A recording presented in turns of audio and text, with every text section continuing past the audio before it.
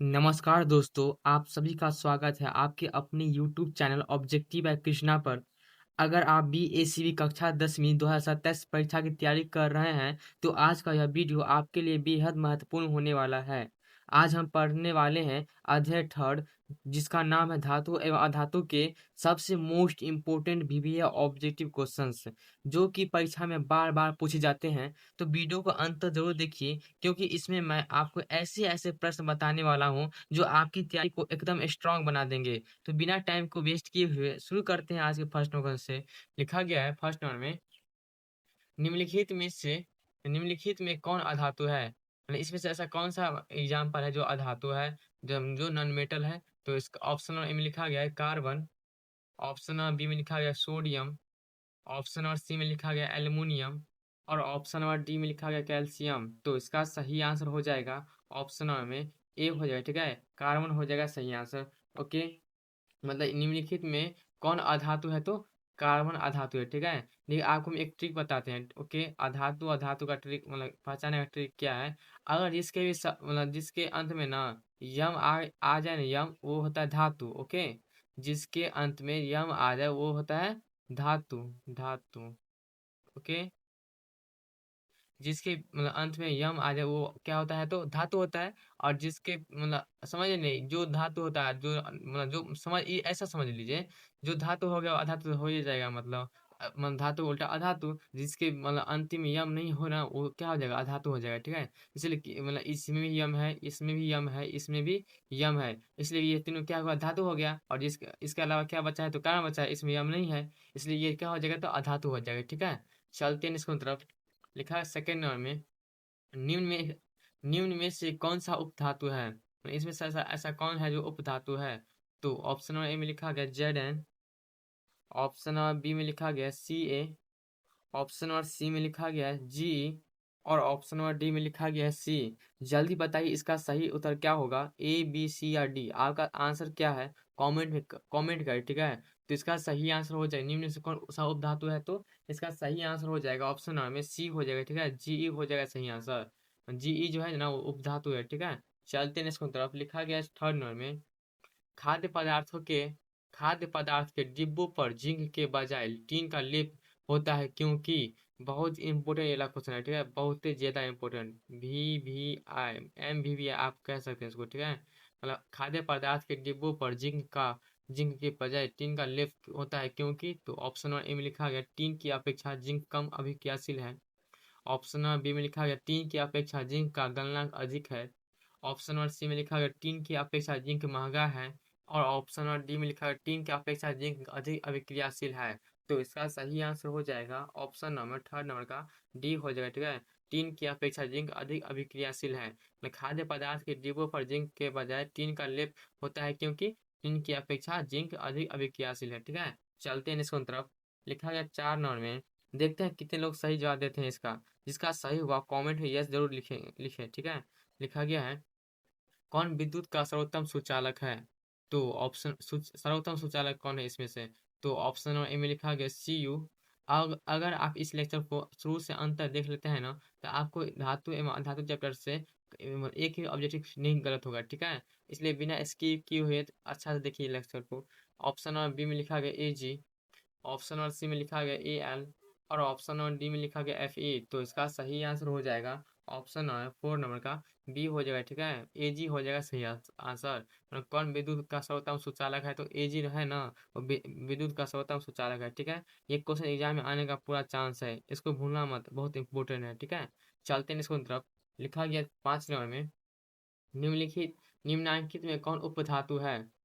तो option number A में लिखा गया Fe, ऑप्शन नंबर बी में लिखा गया Cu, ऑप्शन नंबर सी में लिखा गया Ni और ऑप्शन नंबर डी में लिखा गया Sb। तो इसका सही आंसर हो जाएगा ऑप्शन नंबर में पाँच नंबर का डी हो जाएगा। ठीक है, Sb हो जाएगा सही आंसर। निम्नांकित में कौन उपधातु है? तो Sb जो है ना वो उपधातु है। ठीक है, ओके, यह हर साल पूछा जाता है। इस क्वेश्चन बहुत ही मतलब हर साल समझ पूछा जाता है। ठीक है, बहुत ही इंपॉर्टेंट इला क्वेश्चन सब है, इसलिए इसको याद कर लो, डायरेक्ट पूछता है बोर्ड। ठीक है, चलते हैं इसको तरफ। लिखा गया सिक्स नंबर में, पीतल है, मोस्ट इंपोर्टेंट क्वेश्चन, ये क्वेश्चन पिछले साल आया था, इसलिए पीतल है। तो ऑप्शन ए में लिखा गया धातु, ऑप्शन नंबर बी में लिखा गया अधातु, ऑप्शन नंबर सी में लिखा गया मिश्र धातु, और ऑप्शन नंबर डी में लिखा गया उपधातु। तो इसका सही आंसर हो जाएगा ऑप्शन नंबर 6 नंबर का सी हो जाएगा, ठीक है। मिश्र धातु हो जाएगा सही आंसर।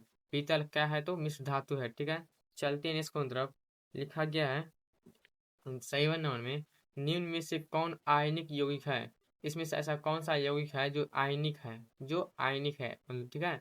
तो ऑप्शन नंबर ए में लिखा गया CH2, ऑप्शन नंबर बी में लिखा गया CO2, ऑप्शन नंबर सी में लिखा गया CaCO3, और ऑप्शन नंबर डी में लिखा गया NH3। तो इसका सही आंसर हो जाएगा ऑप्शन नंबर में 7 नंबर का सी हो जाएगा, ठीक है। CaCO3 हो जाएगा सही आंसर। निम्न में से कौन आयनिक यौगिक है तो CaCO3 जो है ना, ये जो यौगिक है ना, ये आयनिक यौगिक है, ठीक है। ओके, स्पीड बढ़ाओ भाई, एग्जाम पास है, ठीक है। ध्यान से देखो, ये ट्रिकी है, बहुत ही इंपॉर्टेंट क्वेश्चन सब है। लिखा गया है 8 नंबर में, निम्न में से कौन सा पदार्थ ऑक्सीजन से संयोग नहीं करता है। ऑप्शन नंबर ए में लिखा गया तांबा, ऑप्शन नंबर बी में लिखा गया है गोल्ड, ऑप्शन नंबर सी में लिखा गया है जिंक, और ऑप्शन नंबर डी में लिखा गया पोटेशियम। तो इसका सही आंसर हो जाएगा ऑप्शन नंबर में 8 नंबर का बी हो जाएगा, ठीक है। गोल्ड हो जाएगा सही आंसर। निम्न में से कौन सा पदार्थ ऑक्सीजन से संयोग नहीं करता है तो गोल्ड जो है ना, वो ऑक्सीजन से संयोग नहीं करता है, ठीक है। बहुत ज्यादा इंपॉर्टेंट ये क्वेश्चन सब एग्जाम में बहुत ही इंपॉर्टेंट रहता है, ठीक है। ये सब क्वेश्चन आने का पूरा चांस रहता है, 100% चांस रहता है ये क्वेश्चन आने का। फोकस मत खोना, अगला सवाल और इम्पोर्टेंट है, ठीक है। अब लेवल थोड़ा हार्ड होने वाला है। लिखा गया है 9 नंबर में, शुद्ध सोना को व्यक्त किया जाता है। बहुत ही इंपॉर्टेंट क्वेश्चन है। शुद्ध सोना को व्यक्त किया जाता है तो ऑप्शन नंबर ए में लिखा गया 22 कैरेट, ऑप्शन नंबर बी में लिखा गया 24 कैरेट, ऑप्शन नंबर सी में लिखा गया 20 कैरेट 20 कैरेट, और ऑप्शन नंबर डी में लिखा गया 12 कैरेट। तो इसका सही आंसर हो जाएगा ऑप्शन नंबर में 9 नंबर का बी हो जाएगा, ठीक है। 24 कैरेट हो जाएगा सही आंसर। और शुद्ध सोना को व्यक्त किया जाता है तो 24 कैरेट व्यक्त किया जाता है, ठीक है। शुद्ध सोना जो होता है ना, वो 24 कैरेट का होता है। चलते हैं नेक्स्ट की तरफ। लिखा गया 10 नंबर में, कौन सा अधातु कमरे के ताप पर द्रव होती है। कौन सा अधातु कमरे के ताप पर द्रव होता है। तो ऑप्शन नंबर ए में लिखा गया ब्रोमीन, ऑप्शन नंबर बी में लिखा गया पारा, ऑप्शन नंबर सी में लिखा गया है तांबा, और ऑप्शन नंबर डी में लिखा गया है एल्युमिनियम। तो इसका सही आंसर हो जाएगा ऑप्शन नंबर में 10 नंबर का ए हो जाएगा, ठीक है। ब्रोमीन हो जाएगा सही आंसर। कौन सा अधातु कमरे के ताप पर द्रव होता है तो ब्रोमीन जो अधातु है ना, वो कमरे के ताप पर द्रव अवस्था में होती है, ठीक है। या इसको याद रखिएगा, बहुत इंपॉर्टेंट ये क्वेश्चन है। इसको स्क्रीनशॉट ले लो, पॉज करके खुद से सॉल्व करो, ठीक है। कॉपी में नोट कर लो, एक बार खुद रिपीट कर लो, ऐसा पढ़ना है, ठीक है। जब तक आप क्वेश्चन पर ऑप्शन पढ़ते हैं ना, तब तक आप सोचिए इसका आंसर क्या होगा। ऐसे पढ़ा जाता है, ठीक है। ये नहीं मतलब हम जो बताते हैं वो उसी पर डिपेंड रहना है, ऐसा नहीं करना है, ठीक है। चलते हैं नेक्स्ट तरफ। लिखा गया 11 नंबर में, सीसा और टिन की मिश्र धातु को क्या कहते हैं। बहुत ही इंपॉर्टेंट, ये बहुत और ज्यादा इंपॉर्टेंट है। हम वो आपको पहले ही बता चुके हैं। अगर इस लेक्चर को पूरा देख लीजिएगा ना, तो आपको धातु एवं अधातु से मतलब एक भी क्वेश्चन गलत नहीं होगा, ठीक है, एग्जाम में। मतलब सीसा और टिन की मिश्र धातु को क्या कहते हैं। तो ऑप्शन नंबर ए में लिखा गया सोल्डर, ऑप्शन नंबर बी में लिखा गया पारा, ऑप्शन नंबर सी में लिखा गया है गन मेटल, और ऑप्शन नंबर डी में लिखा गया उपधातु। तो इसका सही आंसर हो जाएगा ऑप्शन नंबर में 11 नंबर का ए हो जाएगा, ठीक है। सोल्डर हो जाएगा सही आंसर। सीसा और टिन की मिश्र धातु को क्या कहते हैं तो सोल्डर कहते हैं, ठीक है। चलते हैं नेक्स्ट तरफ। लिखा गया 12 नंबर में, निम्नलिखित में से कौन अधिक अभिक्रियाशील है। इसमें से ऐसा कौन सा है जो अधिक अभिक्रियाशील है। तो ऑप्शन नंबर ए में लिखा गया Cu, ऑप्शन नंबर बी में लिखा गया Hg, ऑप्शन नंबर सी में लिखा गया है Ag, और ऑप्शन नंबर डी में लिखा गया Au। तो इसका सही आंसर हो जाएगा ऑप्शन नंबर में 12 नंबर का ए हो जाएगा, ठीक है। Cu हो जाएगा सही आंसर। निम्नलिखित में से कौन अधिक अभिक्रियाशील है तो Cu जो है ना, कॉपर, ये बहुत अधिक अभिक्रियाशील है, ठीक है। अरे ये तो आसान था, बहुत ज्यादा इंपॉर्टेंट ये क्वेश्चन था, ठीक है। फिर गलत कर दिया आप लोग, तो उसके लिए मतलब अच्छा से तैयारी कीजिए, ठीक है। चलते नेक्स्ट लिखा गया है 13 नंबर में, निम्न से कौन अधातु है। तो ऑप्शन नंबर ए में लिखा गया है Fe, ऑप्शन नंबर बी में लिखा गया है सी, ऑप्शन नंबर सी में लिखा गया Al, और ऑप्शन नंबर डी में लिखा गया Au। तो इसका सही आंसर हो जाएगा ऑप्शन नंबर में 13 नंबर का बी हो जाएगा, ठीक है। सी हो जाएगा सही आंसर। निम्न से कौन अधातु है तो सी जो है ना कार्बन, वो अधातु है, ठीक है। ओके, अब तो आप टॉपर बनने मतलब जा रहे हैं, ठीक है? ऐसे ही पढ़ते रहे तो 90 प्लस पक्का है। अब आप कोई नहीं रोक सकता है, ठीक है? ऐसे ही अच्छा मतलब पढ़ाई कीजिए। लिखा गया 14 नंबर में कार्बन क्या है? तो ऑप्शन अच्छा दिमाग लगा के देखिए, ये सब क्वेश्चन बहुत ही इंपॉर्टेंट है। VBA ऑब्जेक्ट क्वेश्चन निकला है, बहुत ही इंपॉर्टेंट। जिस जिसमें बोलते हैं ना आपको VBA है, वो सब क्वेश्चन 99% आने का चांस रहता है, ठीक है? कार्बन क्या है? तो ऑप्शन ए में लिखा गया धातु, ऑप्शन नंबर बी में लिखा गया अधातु, ऑप्शन नंबर सी में लिखा गया उपधातु और ऑप्शन नंबर डी में लिखा गया इनमें से कोई नहीं। तो इसका सही आंसर हो जाएगा ऑप्शन नंबर 14 नंबर का क्या हो जाएगा? तो बी हो जाएगा, ठीक है? अधातु हो जाएगा सही आंसर। कार्बन क्या है? तो अधातु है, ठीक है? चलते हैं इसको तरफ। लिखा गया 15 नंबर में बॉक्साइट निम्नलिखित में से किस धातु का मुख्य अयस्क है? बॉक्साइट निम्नलिखित में से किस धातु का मुख्य अयस्क है? तो ऑप्शन नंबर ए में लिखा गया है लोहा, ऑप्शन नंबर बी में लिखा गया कैल्शियम, ऑप्शन नंबर सी में लिखा गया सोडियम और ऑप्शन नंबर डी में लिखा गया एल्युमिनियम। तो इसका सही आंसर हो जाएगा ऑप्शन नंबर 15 नंबर का डी हो जाएगा, ठीक है? एल्युमिनियम हो जाएगा सही आंसर। मतलब बॉक्साइट निम्नलिखित में से किस धातु का मुख्य अयस्क है? तो एल्युमिनियम का मुख्य अयस्क है बॉक्साइट, ठीक है? चलते हैं इसको तरफ। लिखा गया 16 नंबर में लाइक करना मत भूलना, ठीक है? चैनल को सब्सक्राइब कर लो और दोस्त के साथ शेयर जरूर करना, ठीक है? लिखा गया है क्वेश्चन में निम्न में से किस धातु का गलनांक सबसे कम है? तो ऑप्शन नंबर ए में लिखा गया Al, ऑप्शन नंबर बी में लिखा गया Na, ऑप्शन नंबर सी में लिखा गया Cu और ऑप्शन नंबर डी में लिखा गया Fe। जल्दी जल्दी बताओ इसका सही जवाब क्या होगा? ए बी सी या डी? आपका आंसर क्या है कमेंट में जरूर बताइएगा, ठीक है? तो इसका सही आंसर हो जाएगा ऑप्शन नंबर में 16 नंबर का बी हो जाएगा, ठीक है? Na हो जाएगा सही आंसर। निम्न में से किस धातु का गलनांक सबसे कम है? तो Na जो धातु है ना उसका गलनांक ना सबसे कम है, ठीक है? चलते हैं इसको तरफ। लिखा गया 17 नंबर में धातु की प्रकृति होती है। तो ऑप्शन नंबर ए में लिखा गया विद्युत धनात्मक, ऑप्शन नंबर बी में लिखा गया विद्युत ऋणात्मक, ऑप्शन नंबर सी में लिखा गया उदासीन और ऑप्शन नंबर डी में लिखा गया इनमें से कोई नहीं। तो इसका सही आंसर हो जाएगा ऑप्शन नंबर में 17 नंबर का ए हो जाएगा, ठीक है? विद्युत धनात्मक हो जाएगा सही आंसर। धातु की प्रकृति होती है तो विद्युत धनात्मक होती है, ठीक है? 17 का सही आंसर क्या हो जाएगा? तो ऑप्शन नंबर में ए हो जाएगा, ओके? चलते हैं इसको अंदर। लिखा गया 18 में देखते हैं कितने लोग सही आंसर देते हैं इसका। लिखा गया लोहा एवं इस्पात को जंग से सुरक्षित रखने के लिए उन पर किस धातु की पतली परत चढ़ाई जाती है? तो ऑप्शन नंबर ए में लिखा गया तांबा का, ऑप्शन नंबर बी में लिखा गया चांदी का, ऑप्शन नंबर सी में लिखा गया सोना का और ऑप्शन नंबर डी में लिखा गया जिंक का। तो इसका सही आंसर हो जाएगा ऑप्शन नंबर में 18 नंबर का डी हो जाएगा, ठीक है?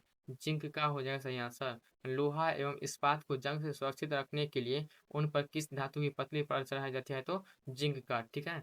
चलते हैं नेक्स्ट तरफ। लिखा गया 19 नंबर में किस रासायनिक यौगिक को गर्म करने पर प्लास्टर ऑफ पेरिस प्राप्त किया जा सकता है? तो ऑप्शन नंबर ए में लिखा गया है। किसका सही आंसर आएगा बताइएगा, ठीक है? कमेंट में। प्रॉपर लोग इसका आंसर तुरंत देंगे, गलत मत करना, आसान सवाल है।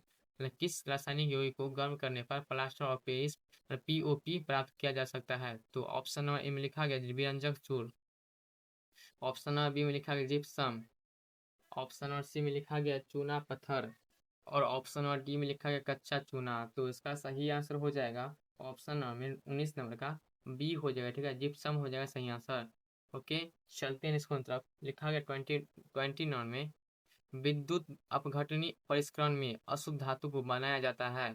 तो ऑप्शन नंबर ए में लिखा गया एनोड पर, ऑप्शन नंबर बी में लिखा गया कैथोड पर, ऑप्शन नंबर सी में लिखा गया अपघटय और ऑप्शन नंबर डी में लिखा गया है इनमें से सभी। तो इसका सही आंसर हो जाएगा क्या लिखा गया? अशुद्ध धातु लिखा गया, ठीक है? अशुद्ध धातु को बनाया जाता है। तो इसका सही आंसर हो जाएगा ऑप्शन नंबर में ए हो जाएगा, ठीक है? एनोड पर हो जाएगा सही आंसर, ओके? विद्युत अपघटनी परिष्करण में अशुद्ध धातु को बनाया जाता है तो एनोड पर। चलते हैं नेक्स्ट तरफ। लिखा गया 21 में जब मैग्नीशियम फीता को जलाया जाता है तो उत्पन्न आग की लौ होती है। तो ऑप्शन नंबर ए में लिखा गया पीली, ऑप्शन नंबर बी में लिखा गया नीली, ऑप्शन नंबर सी में लिखा गया चमकीली उजला और ऑप्शन नंबर डी में लिखा गया लाल। तो इसका सही आंसर हो जाएगा ऑप्शन नंबर में सी हो जाएगा, ठीक है? चमकीली उजला हो जाएगा सही आंसर। और जब मैग्नीशियम फीता को जलाया जाता है तो उत्पन्न आग की लौ होती है तो चमकीली उजला होता है, ठीक है? ओके? ये बहुत बार रिपीट होता है एग्जाम में, पॉइंट ऑफ व्यू से बहुत इंपॉर्टेंट ये क्वेश्चन है। VBA ऑब्जेक्टिव ये क्वेश्चन, ठीक है? ये सब क्वेश्चन एग्जाम बहुत ही बार आया है। चलते हैं इसको, तब लिखा है 22 में लोहे मतलब Fe की परमाणु संख्या होती है। ये सब इला क्वेश्चन इतना है ना हल्का, लेकिन एग्जाम में विद्यार्थी फंस जाता है, ठीक है, इसका आंसर नहीं दे पाता है। इसलिए अच्छा से देखिए इसको, मतलब लोहे मतलब Fe की परमाणु संख्या है, तो ऑप्शन ए में लिखा गया 23, ऑप्शन नंबर बी में लिखा गया 26, ऑप्शन नंबर सी में लिखा गया 25 और ऑप्शन नंबर डी में लिखा गया 24। तो इसका सही आंसर हो जाएगा ऑप्शन नंबर 22 नंबर का बी हो जाएगा, ठीक है, 26 हो जाएगा सही आंसर। लोहे Fe की परमाणु संख्या है तो 26 है।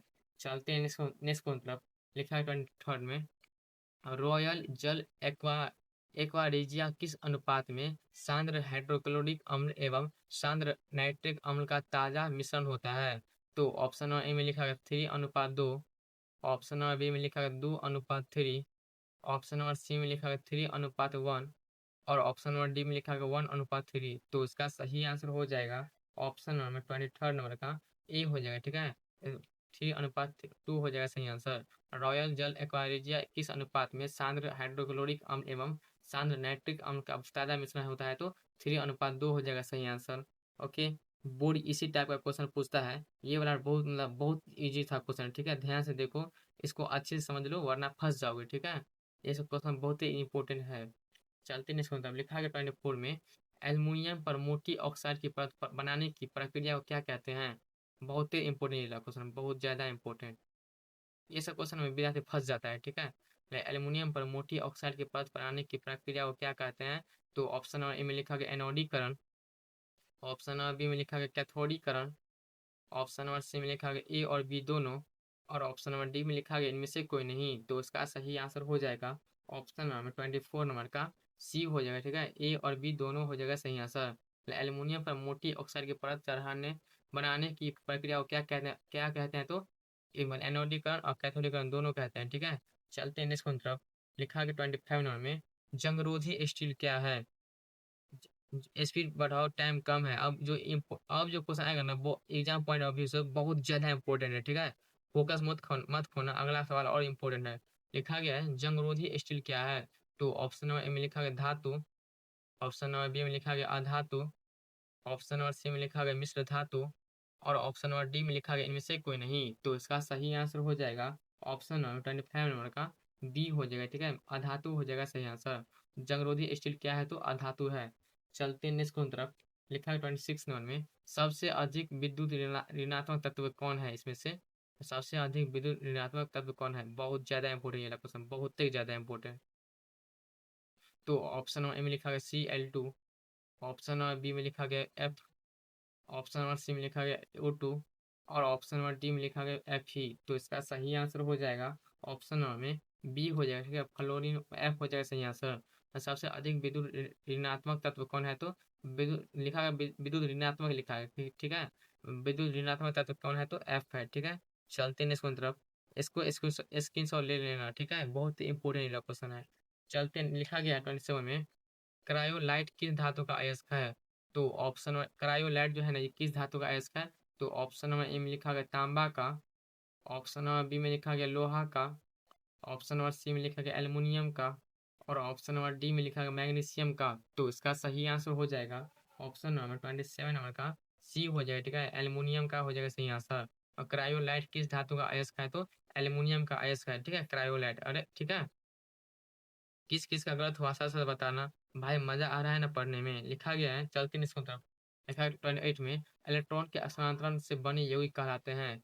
तो ऑप्शन नंबर ए में लिखा गया सह संयोजी, ऑप्शन नंबर बी में लिखा गया विद्युत संयोजी, ऑप्शन नंबर सी में लिखा कार्बनिक और ऑप्शन नंबर डी में लिखा है इनमें से कोई नहीं। तो इसका सही आंसर हो जाएगा ऑप्शन नंबर 28 नंबर का बी हो जाएगा, ठीक है, विद्युत संयोजी हो जाएगा सही आंसर। इलेक्ट्रॉन के स्थानांतरण से बने यौगिक क्या कहलाते हैं? तो विद्युत संयोजी कहलाते हैं, ठीक है, ऐसे ही पढ़ते रहो 90 प्लस पक्का आएगा। अब आपको टॉपर बनने से कोई नहीं रोक सकता है, ठीक है, कंसिस्टेंसी रखो, सब खुद आएगी। लिखा गया अगला क्वेश्चन में 29 में निम्नलिखित में किस धातु को चाकू से आसानी से काटा जा सकता है? तो ऑप्शन नंबर ए में निम्नलिखित में किस धातु को चाकू से आसानी से काटा जा सकता है? तो ऑप्शन नंबर ए में लिखा गया Al, ऑप्शन नंबर बी में लिखा गया Na, ऑप्शन नंबर सी में लिखा गया है Mg, और ऑप्शन नंबर डी में लिखा गया Cu। तो इसका सही आंसर हो जाएगा ऑप्शन नंबर में बी हो जाएगा, ठीक है, Na हो जाएगा सही आंसर। निम्नलिखित में किस धातु को चाकू से आसानी से काटा जा सकता है? तो Na जो धातु है ना, वो उसको चाकू से आसानी से काटा जा सकता है, काटा जा सकता है, ठीक है, मतलब Na मतलब सोडियम को। ओके, चलते हैं नेक्स्ट तरफ। लिखा गया है 39 में, लोहे के फ्राइंग पैन के जंग से बचाने के लिए इनमें, लोहे के फ्राइंग पैन के जंग से बचाने के लिए इनमें, तो ऑप्शन नंबर ए में लिखा गया है ग्रीज लगाकर, ऑप्शन नंबर बी में लिखा गया है पेंट लगाकर, ऑप्शन नंबर सी में लिखा गया है जिंक की परत चढ़ाकर, और ऑप्शन नंबर डी में लिखा है इनमें सभी। तो इसका सही आंसर हो जाएगा ऑप्शन नंबर 30 नंबर का डी हो जाएगा, ठीक है, इनमें सभी हो जाएगा सही आंसर, मतलब ग्रीज लगाकर भी, पेंट लगाकर भी, जिंक की परत चढ़ाकर भी, मतलब इनमें से सभी हो जाएगा सही सही आंसर, ठीक है। ओके दोस्तों, अगर आपने यह वीडियो पूरा देख लिया है तो समझ लीजिए कि अधे ठर धातु एवं अधातु अब आपका मजबूत हो चुका है। अगर आप इसी तरह रोज प्रैक्टिस करते रहेंगे तो BSc में बोर्ड 2027 में 90 प्लस अंक लाना बिल्कुल आसान हो जाएगा। अगर वीडियो आपको अच्छा लगा हो तो लाइक जरूर करें, चैनल ऑब्जेक्टिव बाय कृष्णा को सब्सक्राइब करें और अपने दोस्तों के साथ शेयर करें। हम मिलेंगे अगले वीडियो में एक और धमाकेदार चैप्टर के साथ। तब तक के लिए पढ़ते रहिए, बढ़ते रहिए और टॉपर बनते रहिए। जय हिंद, जय भारत।